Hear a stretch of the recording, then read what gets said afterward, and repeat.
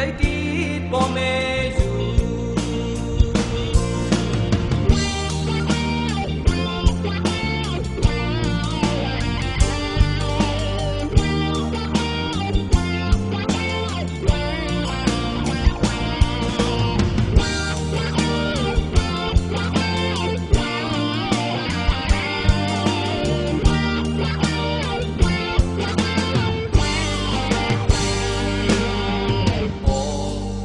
ไกล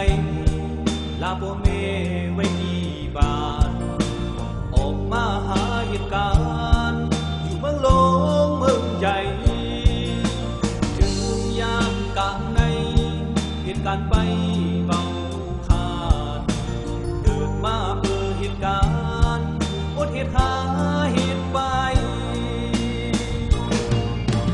ถึงเวลากลางคืนบ่มา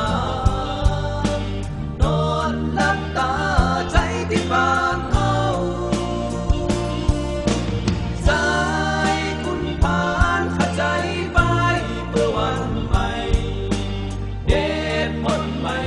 เบายอมกาโอ้แม่เอ๋ย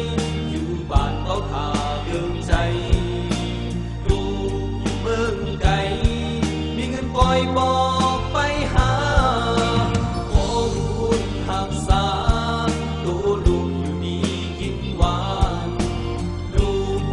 เหตุกา